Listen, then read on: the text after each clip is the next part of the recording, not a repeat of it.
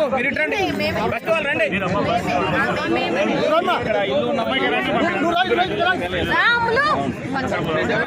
ఇదే సార్ తమ్ముడు మీరు రండి, సార్తో మాట్లాడండి.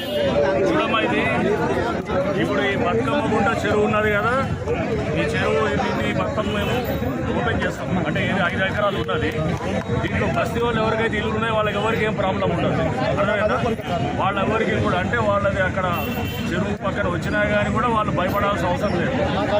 ఎందుకంటే మీరు ఎప్పుడో ఇల్లు కట్టుకున్నారు, ప్రభుత్వం మీకు ఇచ్చినది. రేపు ఎవడన్నా వచ్చి మీకు చెప్పినా కానీ అంటే ఏదో ఏది హైడ్రా వస్తుంది, కూల్ చేస్తుంది ఈ బస్తీ వాళ్ళందరికీ అంటే మీరు ఎవరు నమ్మొద్దు. అర్థమైందా? సో ప్రభుత్వం చాలా స్పష్టంగా ఉంటుంది.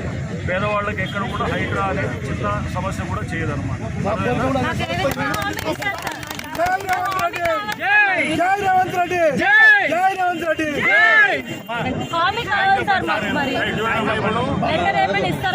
ఈ చెరువు కూడా దీన్ని ఇప్పుడు దాదాపు 5 ఎకరాలు ఉన్నది.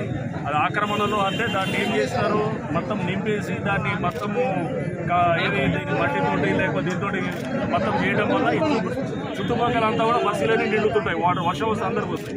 ఇప్పుడు ఆ నీళ్ళంతా ఈ చెరువులోకి వస్తాయన్నమాట. వస్తే ఒక 5 ఎకరాలు మనకి 5 ఎకరాలు చేయగలిగితే కనుక మొత్తం ఆ నీరు తీరట్టు మీ బస్సుల్లో కొంతవరకు సమస్య దొరుకుతుంది. మీ పక్కన బోర్లు వస్తాయి, నీళ్లు వస్తాయి. మళ్ళీ దాంతోపాటు దీన్ని ఒక చిన్న దీన్ని తయారు చేయొచ్చు అన్నమాట. చెరువు మంచిగా తయారు చేస్తాం, చిన్న పార్క్ లెక్క తయారై మీ అందరూ కూడా మంచిగా అవుతుంది అనమాట. ఈ చుట్టుపక్కల నీళ్లు వస్తాయి.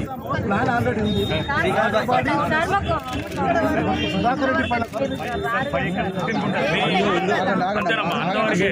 మీ ఇల్లు టచ్ కూడా చేయరు, నీళ్ళు ఎక్కడ కూడా టచ్ చేయరు. ఆ చెరువు వరకు 5 ఎకరాలు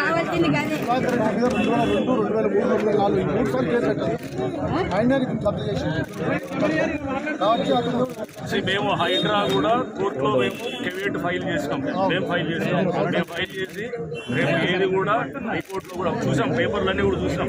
మా లీగల్ అడ్వైజర్ గారు కూడా మొత్తం దాని మీద లాస్ట్ వారం రోజులు స్టడీ చేసి చూస్తే దాంట్లో ఎక్కడ కూడా ఎటువంటి కోర్టు ఉత్తర్వులు కూడా లేవు. వాళ్ళకు టైటిల్ ప్రూవ్ చేసుకోమని అది చాలా స్పష్టంగా వాళ్ళకి హైకోర్టు ఎప్పుడో చెప్పింది. కానీ టైటిల్ ప్రూవ్ చేసుకోవచ్చు.